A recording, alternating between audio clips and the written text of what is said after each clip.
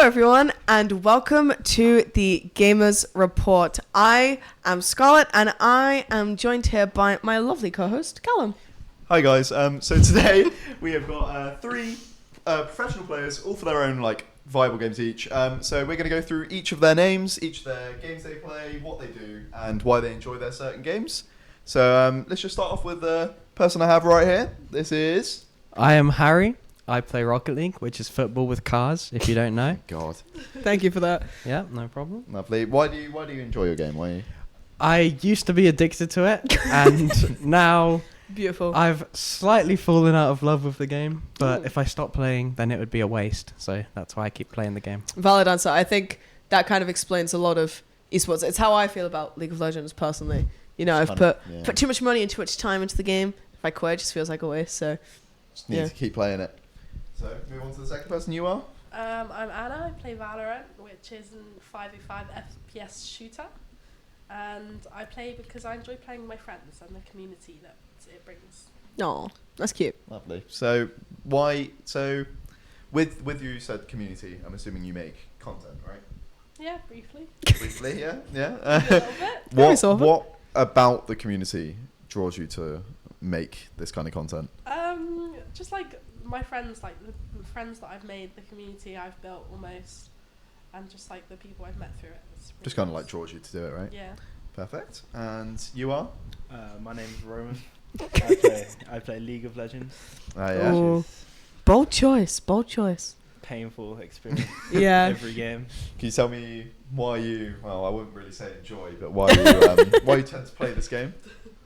It's one of the only games that bring any emotion, Oh, even if God. that emotion is just pain and suffering. Yeah, It's just every single game, but just something you It enjoy. is. Yeah. Well, enjoy. It's if I'm broad having a good spectrum. game, we enjoy it, but if not, then Yeah. Yeah, definitely. Now, as you guys are our, so-called professionals here on our talk show today, kind of bring me through your process of kind of what was running through your head when you decided to choose the game that you chose. So, if we want to start with Harry again, why did you choose Rocket League? I found it first from YouTube. So if anybody knows Rocket League, then they'll know someone called John Sandman. And he made a bunch of Rocket League videos back in the day, and I think he was probably one of the biggest reasons I got into the game, just because he was playing the game. He had a group of friends, and it looked really fun. And there wasn't any other game like it, so I wanted to try it. And pretty much just through content. I definitely think content is a huge part of kind of the esports scene in general, wouldn't you say? Yeah, I'd say it's a very big part, especially with the whole, like you said, YouTube just inspiring you to go into the game and actually experience it for yourself, which is it's just a big thing.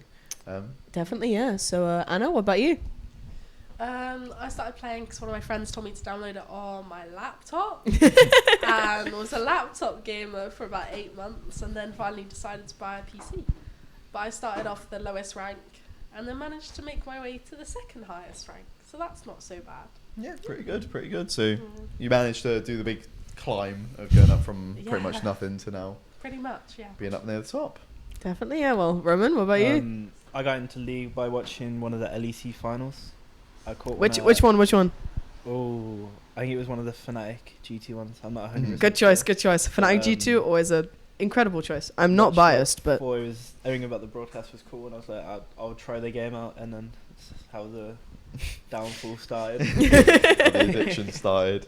Yeah, I respect that. I mean, obviously, as you guys said, you all have 3 different ways of getting into the game, but just to kind of segue it a little bit. So, obviously, you guys are all very big in the esports scene of your games. And obviously, I've heard what you said, but how did you find the game via esports? How did you figure out that there's a professional scene within your game, and how did you press yourself into that kind of realm of the game? So I found a Rocket League esports mainly through John Sandman, again, the same guy, because with the group of friends that I mentioned, they were doing open qualifiers for RLCS, which was the premier Rocket League tournament, still is. But they did that for RLCS Season 3, which I think was back in 2017, because I got into the game in about halfway through 2016. So I didn't really know about the esports scene until a few months later. So I got into it because of that. But then there was also a big push in game for a lot of the esports stuff. Like whenever they were doing a broadcast live, there'd be a button that shows up in the game which would say like watch live, and then a bunch of viewers I think came from that because they're like, oh, what's this? They just click on it, it takes them to the website, and yeah, so it's free content, and then also through being pushed in the game to watch it. Yeah, okay. So that obviously you have a lot more experience with the Rocket League than I do, so I'm gonna have to believe you on that one. Yeah. But but yeah, so it seems like you got in through again content, and I'm guessing content's a very big driving factor for Rocket League. And like the starting up community. Yeah, definitely. But yeah, so do you want to move on now? I started playing VCT Game Changers, and I met someone in game who was already competing in VCTs, and that's when I found out about it. And she helped me find a team, and that's kind of where I started. Oh, cool. So you started from like technically in game. I met someone through just a random comp game, and then became friends with them, made a team, and competed in Game Changers. Yeah, no, I mean, having those moments where it's like basically just completely by chance is always like really interesting to see. But one thing I want to touch on, especially when we're talking about esports, is like, why do you think esports is so important in like society and kind of communities today? Like whether it's to do with your game or just like gaming and esports in general, why do you guys think it's like so important for us? I think it's really important because as gaming grows, esports kind of grows hand in hand, and it's really accessible. I think there are, for a multitude of reasons why people won't be able to like go outside and play football or something, but then they can like hop on Valorant or Rocket League or something like that, and you know anyone can kind of have a go, and there's a lot of variety to it as well. Definitely, yeah. I mean, I think with gaming especially, obviously there's the more competitive side, but also the more casual side. But I think we see, like, we've seen more recently that kind of the competitive side of things is kind of merging a bit more with the casual side of things. Like things like VCT, LEC, RLCS, those kind of things. They're kind of almost influencing casual players to kind of get more involved with the competitive and esports scene. So yeah, I definitely see that. But Anna, what do you think about that? I think esports is important because that's how some people express themselves. Some people feel a lot more comfortable like behind a screen than they do like in person, and people find that a lot easier, and it's a way to like escape the real world, I think.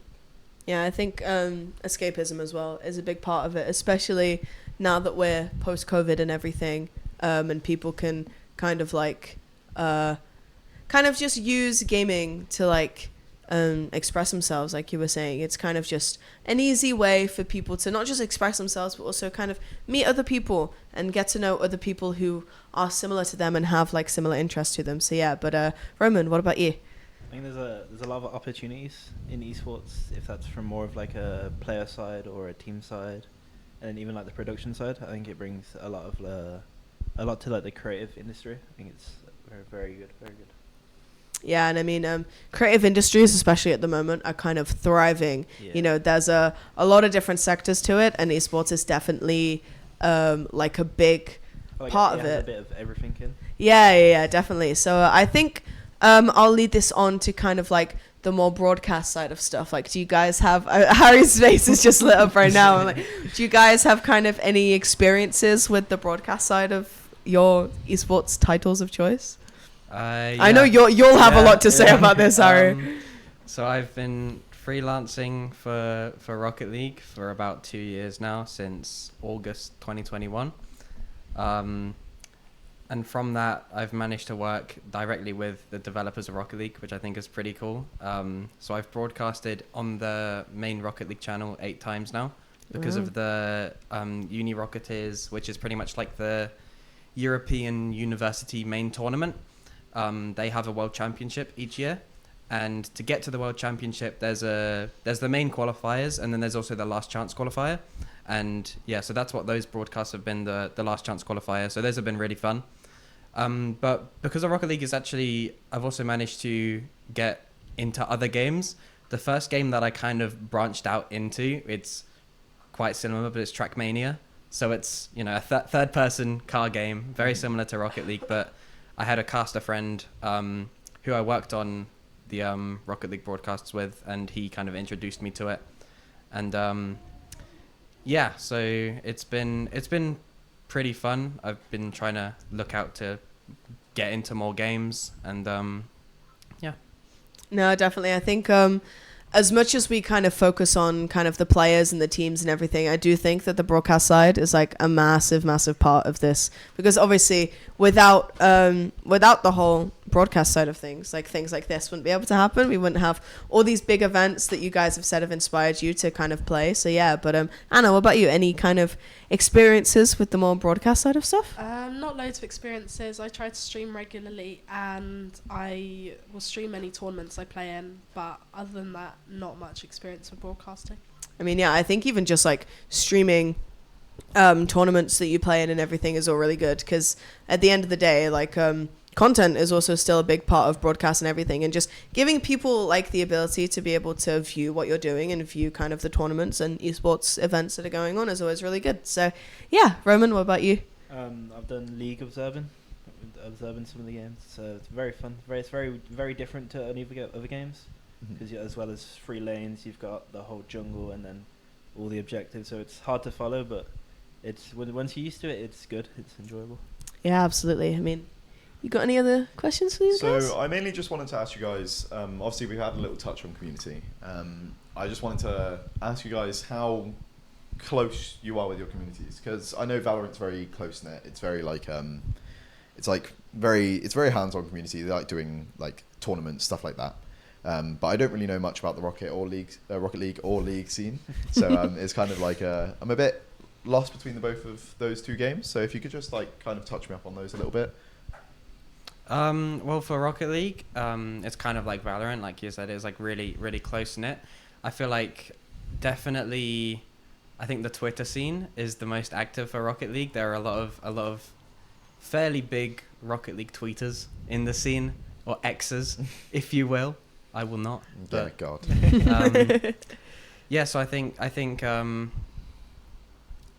if you would ask someone in the Rocket League scene who I am, I'd say that they probably would know me. Mm-hmm. So I'd say I'm fairly like integrated within the community, which I think is pretty cool, and it's all like close knit, and we all know each other. If there's like a game patch or something that people don't like, there will always be this like main group of people that will like always be there voicing their opinions on it. It's not like just complete randoms. It's always like recognizable figures, which I think is pretty cool. Oh, that's good. So you have like your set like community, and then you also have like people who are known, like well known within the community, that help people like bring out their opinions and their voices on like certain updates, like everything Yeah. in the game. It's mainly content creators and pro players that do it quite a lot, because I think pro players get the most exposure in the game, just because I think Rocket League's popularity and the popularity of the pro scene kind of go hand in hand. So when Rocket League gets more popular, the pro players get more popular. It's not like there's quite a strong link there. So I think pro players definitely get the most, I guess, views. Yeah, of course. Yeah, I mean, obviously, when the game like such as Rocket League, which is so heavy within its esports scene, like most of its players and like viewers all know about the esports scene of Rocket League. Yeah. Because they all want to reach that kind of like level of play. So with that kind of viewership and numbers, definitely come with, like you said, more gain for like the content creators and all of the people that like kind of put themselves out there within the industry. But Anna, what's your view on your community? I know we've had a little touch on it, but there's a lot of people. It's Twitter as well. Twitter's very popular in the Valorant scene. That's where you find most people. And I'd say in the Game Changers scene, I would say I'm quite well known. I've played in 4 Game Changers, I think. Oh yeah. So people do recognise my name if they see it. And I know a lot of the people who play as well, so that's quite nice. And all the girls at least are very friendly. The guys, they are always like friendly and everything, but in games sometimes it can get a little bit toxic. Yeah, of course, yeah. But within the people I know through Twitter and everything, they're always really nice, and yeah. That's lovely to hear. At least like you have your community that you're known within, and you also have an area which you know you can feel like kind of safe in a sense. Yeah. But Roman, do you want to carry on? The league community is very, very scary place. Maybe a bit different compared to these Very, other two very games, not you as know. wholesome as the Valorant one, I'd say, but it's a very, very toxic place. It's known as like one of the most toxic games. With like, there's like regular dev talks. An example recently with the Riot Freak, I believe. His name is. Yeah. There was like he probably shouldn't have said some of the things he said because it was a bit stupid. But the community definitely had something to say about it. Yeah, They definitely. said many things and also said things resulting in taking a break from social media, which shows how lovely the league community is, I'm sure. But a lot of the patches, people voice their opinions, and a lot of the pros voice their opinions as well, and they usually listen because it kind of like revolves around the pros as they're like the best of the best, obviously, so they know what they're talking about. But it's just very not a nice community though. Yeah, Very no, not definitely, nice. I agree with that. And I mean, I think communities between games can like really vary. It's obviously like if we take the League community, for example, or maybe look at like the Overwatch community, those two games are kind of seen as maybe a little bit more toxic, but then also you have kind of like the more wholesome moments and everything, like the Rocket League community, like the Game Changers community and stuff. But touching more back onto kind of like the esports topic, how do you guys think the esports industry is doing at the moment? Obviously, it's still quite up and coming, still quite new, but kind of how do you think the industry as a whole is doing at the moment? And do you think there's anything we can do to kind of help it grow more? If I'm honest, it's looking kind of rough right now because there was the massive, like, unprecedented explosion of popularity during COVID times when everyone was indoors, and obviously that meant that we couldn't have any like big LANs or anything. But despite that, just online broadcasts still was like, the online broadcasts during COVID were getting more views than the LAN broadcasts were getting outside of COVID. And now that we're kind of away from that and it's returning back to normal, the viewership is dropping, which means that things like funding, there are a lot of leagues that, at least in the Rocket League scene, that are going bankrupt because they just simply can't keep up at the rate that they were during COVID times. So I think that's quite common with a lot of leagues and stuff like that in the esports scene right now. It's kind of in a bit of a recession. So I don't know how exactly we could kind of counter that to get it back to its former glory, because I don't think we're gonna see COVID-like numbers. I think we will eventually, but not for like a long while. So I think maybe just things like keep going at the pace we're going. Maybe try to cut back on things like as rough as it sounds, things like budget cuts, all of that type of stuff, I think need to be taken into account. But this isn't financial advice. I don't know much of the finance side of esports, but I know that it is quite rough in a lot of sectors right now. So I think, yeah. Yeah, no, definitely. And we can obviously see that, obviously, with COVID kind of hitting and everything, that did put a lot of like the live events at jeopardy. So yeah, no, I definitely agree. But Anna, anything to kind of add on any of that? No, I'd just say about the finance, like, esports doesn't make much money, so I feel like that, if there was some sort of bigger investment into it, then esports could be a lot bigger. But that's down to people, isn't it? That's Yeah, not, I mean, that's uncontrollable for us. yeah, as we've realized, kind of the esports industry is very unsustainable. So that's kind of a problem that I hope we're going to look at in the future. But yeah, Roman, anything to add? I think the teams need to sort out the way they hold their money, as in the sense of they pay their players ridiculous amounts of money to play for them, or like to buy them, and then the amount that they're earning back is just not making up to the always loss. So I think if like teams were introduced a way where they pay for how well they play, as in the sense of like a fair balance for everyone, and then they could maybe start finding results back. Yeah. I think that would be a good way to start.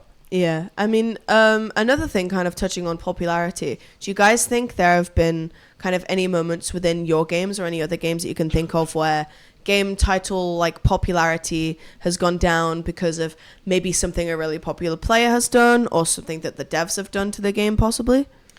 Yeah, I think Rocket League's definitely gone down in popularity. It used to be a paid game. I think Rocket League used to be like £16, and then they announced that it was going free to play, and they did it at the perfect time because it was during COVID. So Rocket League went free to play, I think it was September 25th, 2020. And that was like the peak of its popularity. I think it had like multiple millions of players online at the same time, which was ridiculous to see. And it was like heaven to see for a Rocket League fan, because it's like, you feel like the potential of the game is finally going to be recognized by like the general public. But then obviously as COVID ended, things started to go downhill, and there's currently a lot of tension in the Rocket League community because the devs aren't really doing anything with the game other than things like cosmetics. So we recently had the Cars DLC coming out, so you can now play as Lightning McQueen. But, solves all the problems. but there's no new game modes or It's anything. gonna make the game more popular. We have Lightning McQueen. Yeah, Of course, so it's like, gonna make the game more popular. the only content that content creators can make is just cosmetics based, and then people are getting sick of it because they don't want to see like, oh, the 10th, the Lightning McQueen car is insane video, because yeah, it just gets stale. And now that they've announced that in like 1 day and 12 hours, it's been out for like they announced it like a month ago, but they're removing player to player trading. And that is like... That's like a big stake. Yes, of the game, that right? is a massive part of the game. I'd say it's probably like maybe like a quarter of Rocket League players have at least done some amount of trading. So yeah, it's not looking good for the game right now because of it's probably mainly because of the Epic Games acquisition. They're trying to make it more like Fortnite, how you can't like buy skins or anything through like trading, and you have to use the item shop. So okay. yeah, it's it could be better. Yeah, I mean, do you think there's anything that like Epic Games can do to maybe fix those issues and maybe try and gain some popularity back?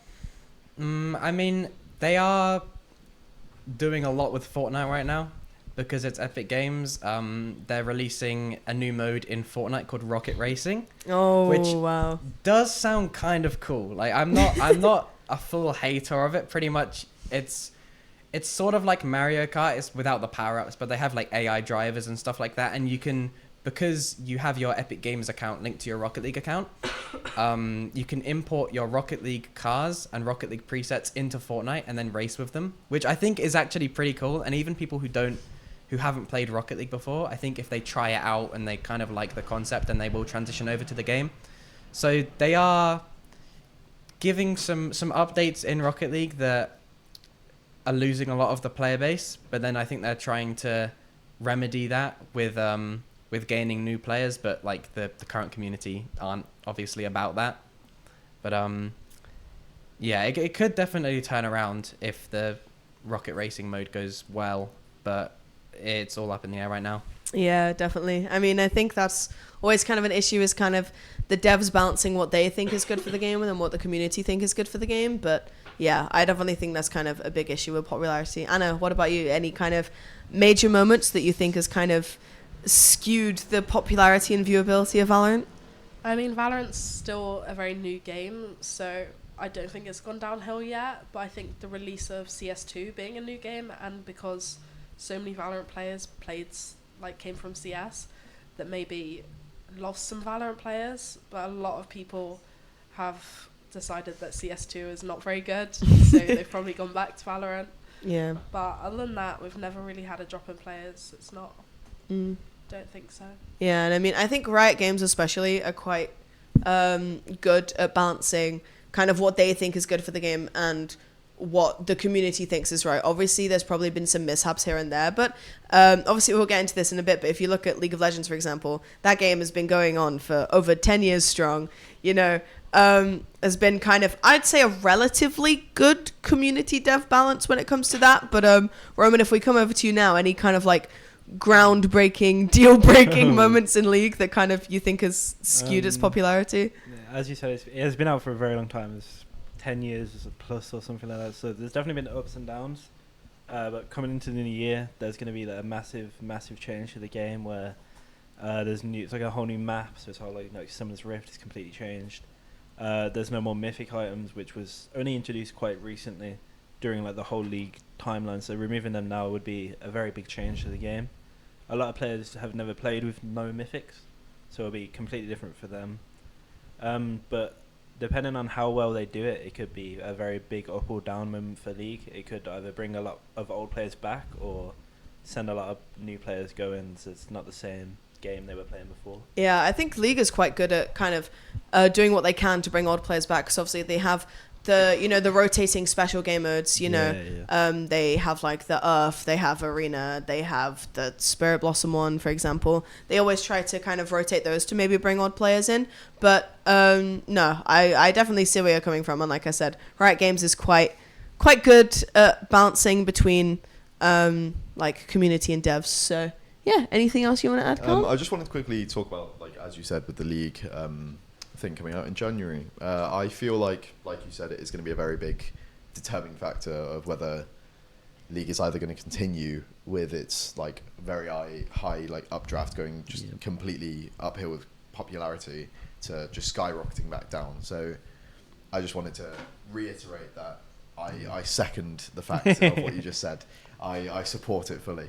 But this is just, I'm just going to ask like just a little personal question about you guys. And obviously, since you follow the esports teams and like the esports scene of your games, what team are you guys currently supporting? Like, what team do you guys follow mainly?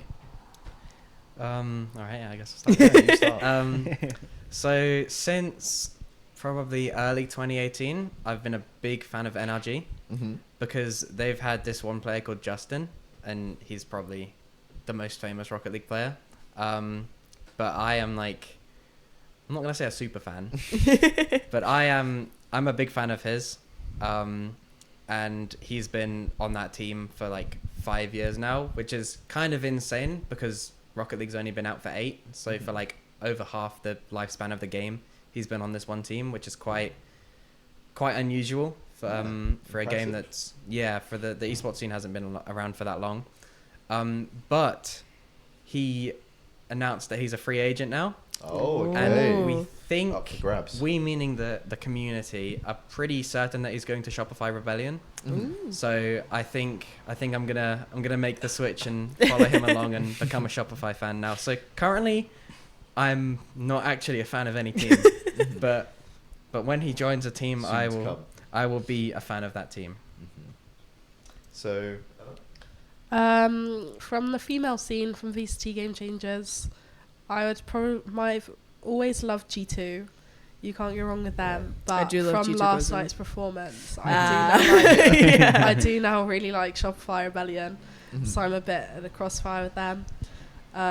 But favourite male team's got to be Fnatic. You can't Yeah. go wrong with Boaster. Like, Yeah, Boaster's great. I'm a big so. Fnatic fan as well. But touching on like Shopify Rebellion, definitely after seeing kind of the journeys that all the players have gone on, like you have Mel and Alexis, who came from obviously Cloud9 together. Yeah. You have kind of Fluorescent and Sarah, two of the more newer players, I'd say, that are kind of shining and rising stars in the scene. And then we have Noya, who came from, some would say maybe a smaller female team, Xset, and then obviously she came I've on spoken to... to Noya before. I Have went game you? with Noya before. Yeah. Really? Wow. Yeah, because she came from 'Cause Xset, and then she's obviously... EU.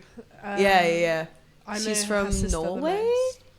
One of the Nordic Yeah, countries. somewhere. But yeah, obviously they used to be version 1, and then Yeah, they did. they recently moved to Shopify Rebellion. So you're definitely seeing all the players from there kind of work hard, because obviously Mel and Alexis lost to G2 Gozen last year, Yeah, they did. and them finally getting their trophy, I think, makes for a really good storyline. So yeah. that's why I like them. I think. Wow. Yeah. Yep. Roman? I kind of follow two teams, as like league has like different leagues in each continent or country Mhm. or whatever.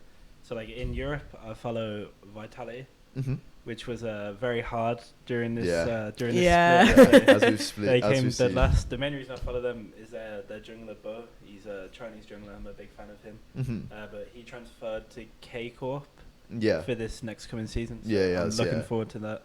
Hopefully see some good games. And then I also follow KT pretty Mhm. closely. I'm like their support, Lehens. Oh I yeah. think he's a very good support, and I believe he moved to Gen G.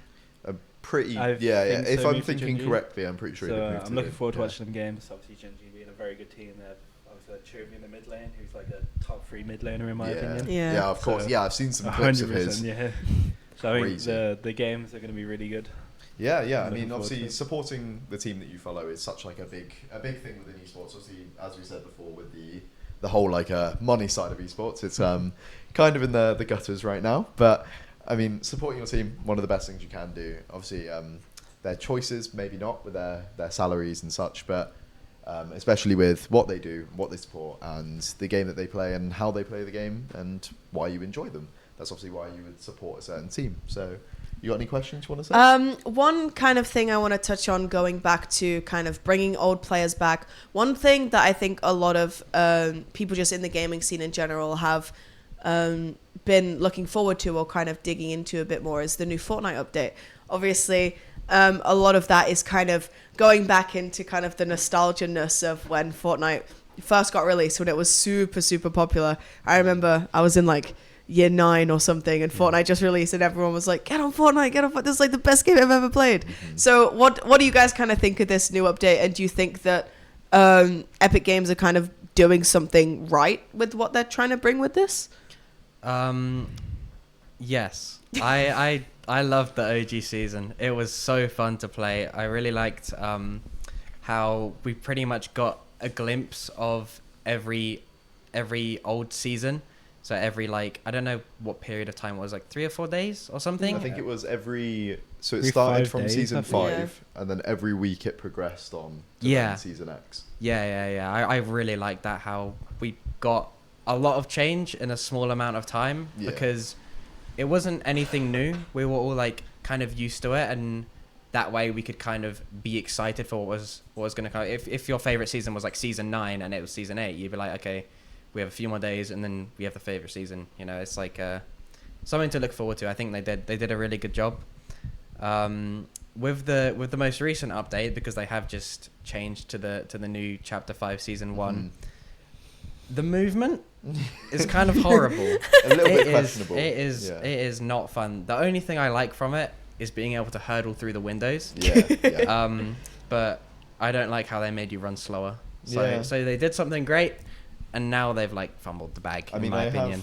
I have heard from Fortnite himself on Twitter that they are going to be adding the OG map back into their 2024 roadmap. Yeah, I So did see that. hopefully they bring that back for like a anniversary event or Yeah. something along those lines, which will bring back the community that they did gain, because they had such a big player base over the original like OG period of Fortnite. So I've never played Fortnite ever, so I have no opinion on it, no nothing. So that's Well, I guess one thing you can talk about is, do you think that like bringing back old content like this when a game was at its peak is something that more esports titles can look into, that are maybe declining, to see if they can get some of their old audience back? I mean, yeah, maybe it's like CS2. They may end up if they bring back CS:GO, they may get more viewers again, like more players, because that may happen. I guess that's the only thing I can think of to compare it to. Yeah. Roman? I think Epic bringing back the OG map was the best thing they've ever done. Yeah.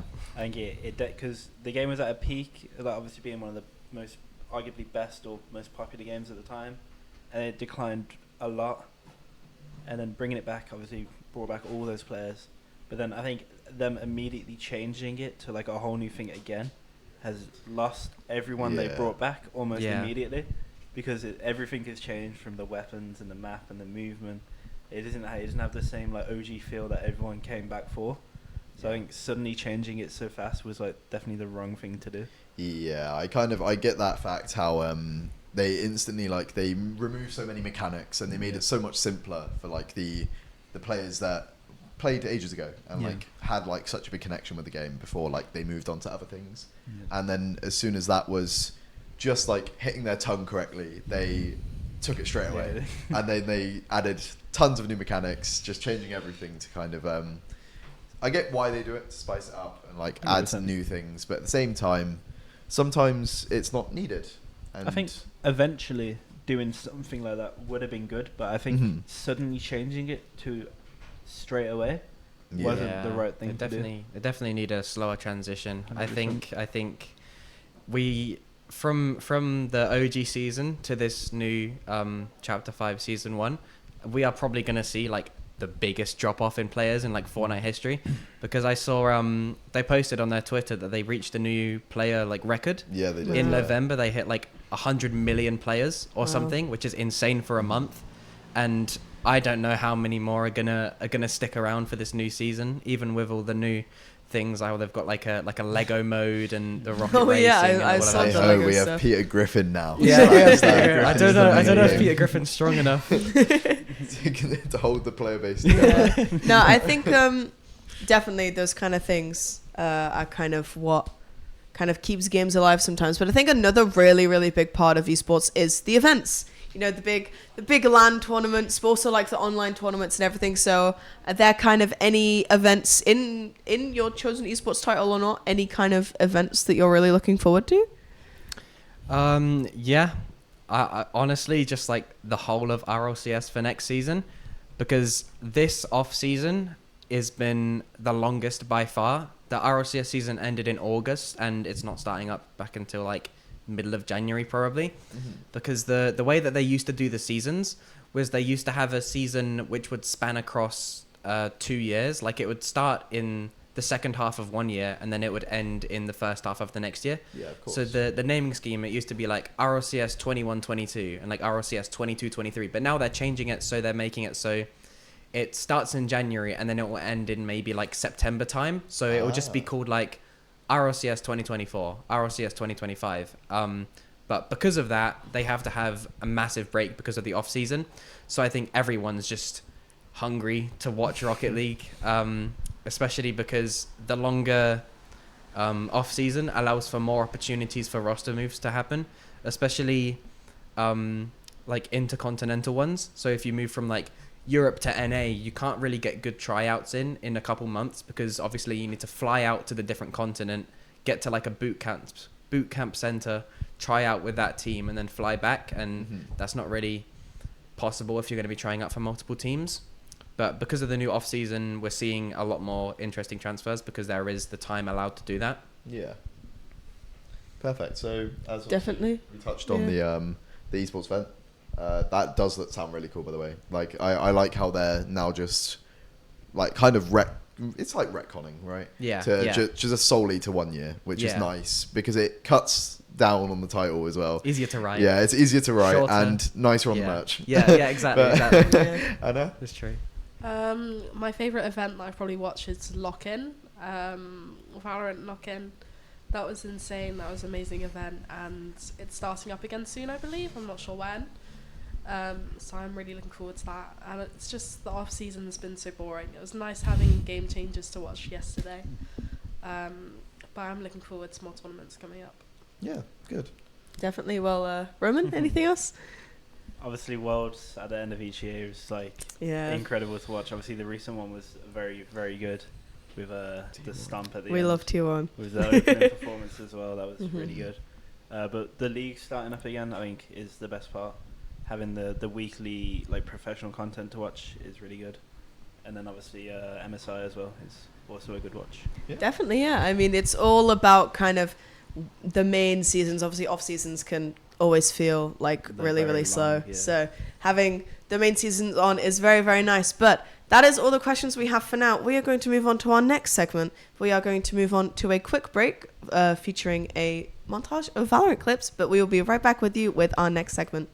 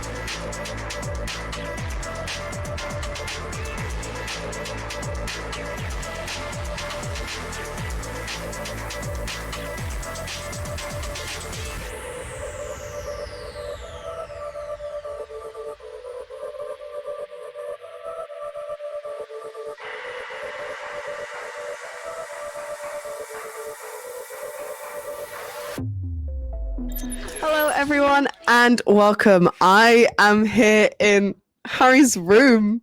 We are, we were talking about your previous broadcast experience, and you can kind of see here, but we have one hell of a broadcast setup here now.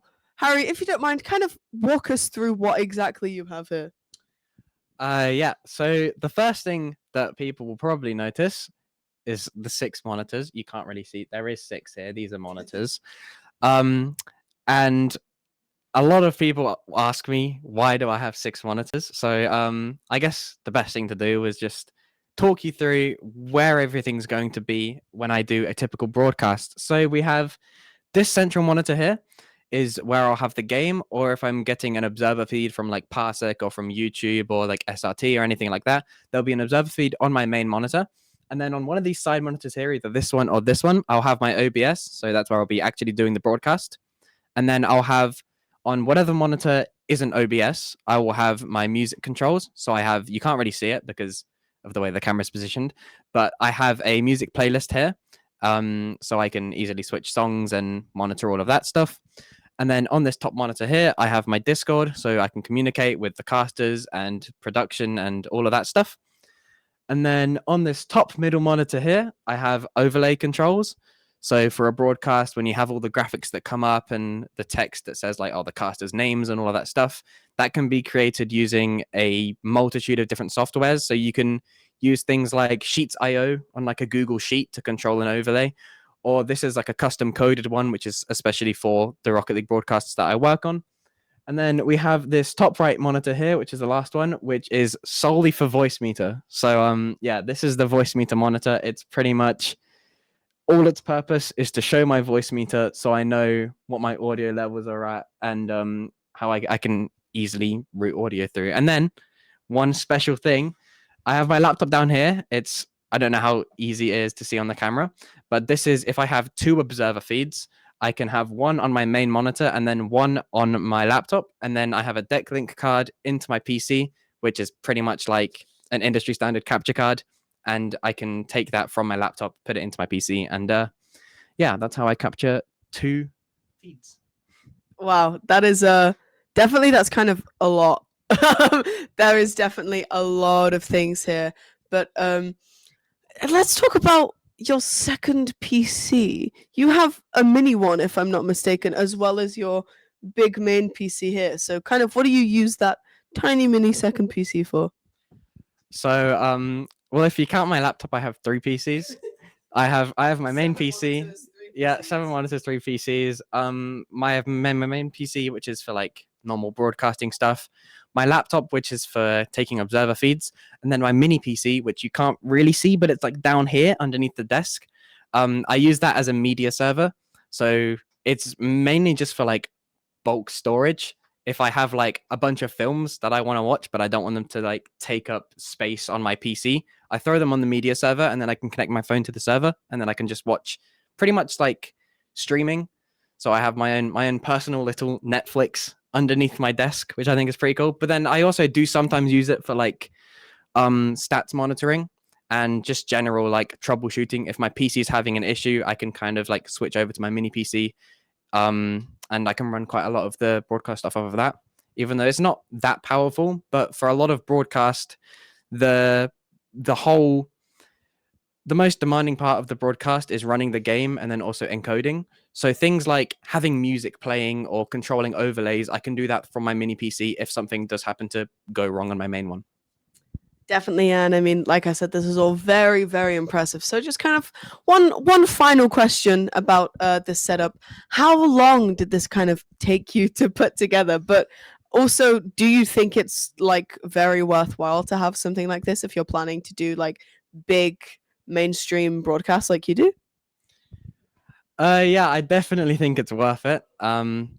There is a lot that can be achieved with a smaller setup. I say even only 3 monitors, but if you have 3 monitors, a lot of these windows can be like half of a monitor each. So you can have like for music, you can have half a monitor. For Discord, you can have half a monitor. And the workload kind of changes quite a lot depending on what broadcast you're doing. There are some that will require less monitors. There are some that will require more if you have like multiple feeds, or if you wanna show like the casters the output feed, then you need to have a dedicated monitor for that, because then they need to be able to like watch your share screen and stuff like that.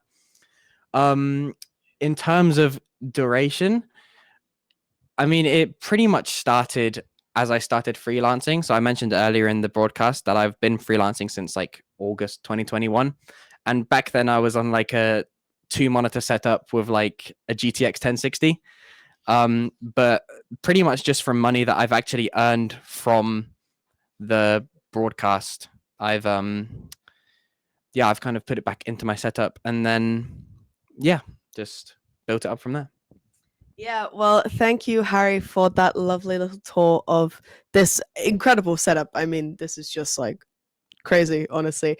But that is the end of this section. We are going to go back to the Valorant montage, but we will be right back with you afterwards, back on the couch with everyone else.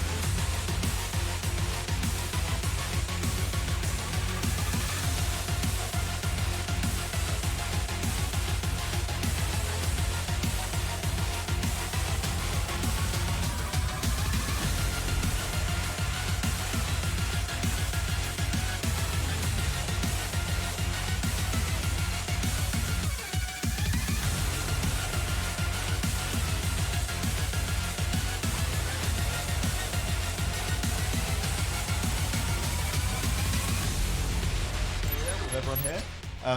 I've just got a quick little. Oh, wait, we're on this camera. So, right, one thing I want to quickly tell you guys is we just saw the completely like astounding setup of Harry's here with but I just wanted to quickly ask him about the software side. So, obviously, you use what like to use again? I like to use OBS. Mhm.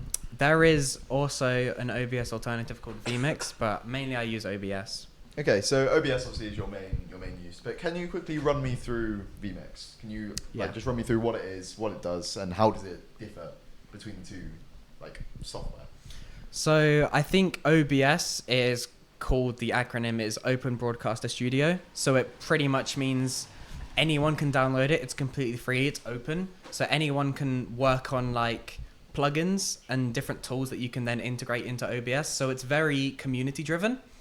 And then a big difference from OBS to vMix is that vMix is actually developed by the vMix team. So it's not like a community effort. It's more like a commercial product, and the prices of it are quite expensive. I think for like a professional grade license, it's 1,100 quid. Compared to OBS being free, it's a lot more incentivizing to go for OBS, especially if you're like a lower level broadcaster. There we go. But it's mainly just the features. OBS does have a lot of cool open source plugins and things that are developed by the community, which can kind of mimic a lot of vMix's features. One that I'm thinking of notably that OBS doesn't have a plugin for is the ability to import Photoshop files. So something that you can do in vMix, which is really cool, is you can make something like a graphic in Photoshop, like a caster graphic, and you can add some text inside of Photoshop, and then instead of exporting that as like a PNG and dragging and dropping it into OBS, and every time you want to change it you have to like re-export the PNG and stuff like that, for vMix you can natively edit Photoshop files inside of vMix, which I think is pretty cool because it kind of adds a lot of on-the-fly changes. There's a lot of things that you can do faster, just like more efficiently in vMix compared to OBS. The like actual layout of the software is pretty similar. You have the preview feed on the left and then the program feed on the right. So the program feed is what's being sent out to the broadcast, and then the preview is obviously the preview. A big difference between OBS and vMix is OBS just looks a lot more user friendly. There are a lot of things in vMix which you'll just look at and you'll just be like, what does that do? And you can usually get it down pretty quickly with like a Google search if you're trying to search up what like a certain button does. But for OBS, everything's kind of clearly labeled. It's all very like baseline. If you want to add in like a browser source in OBS, you have to just press add browser, and then in vMix you have to go through this whole process of like setting up layers for different scenes. And obviously it's similar to OBS, but it's just a lot more complicated, I think, but it allows for a lot more control. So as a person who I used OBS a lot as well, I used to struggle trying to find the difference between Streamlabs OBS and OBS. So you have just enlightened me on a new on a new level of how advanced programs can get, especially for like broadcasting and everything. So if I do ever feel like spending £1,100 on a on a software, well, I might. There are a few different price tiers.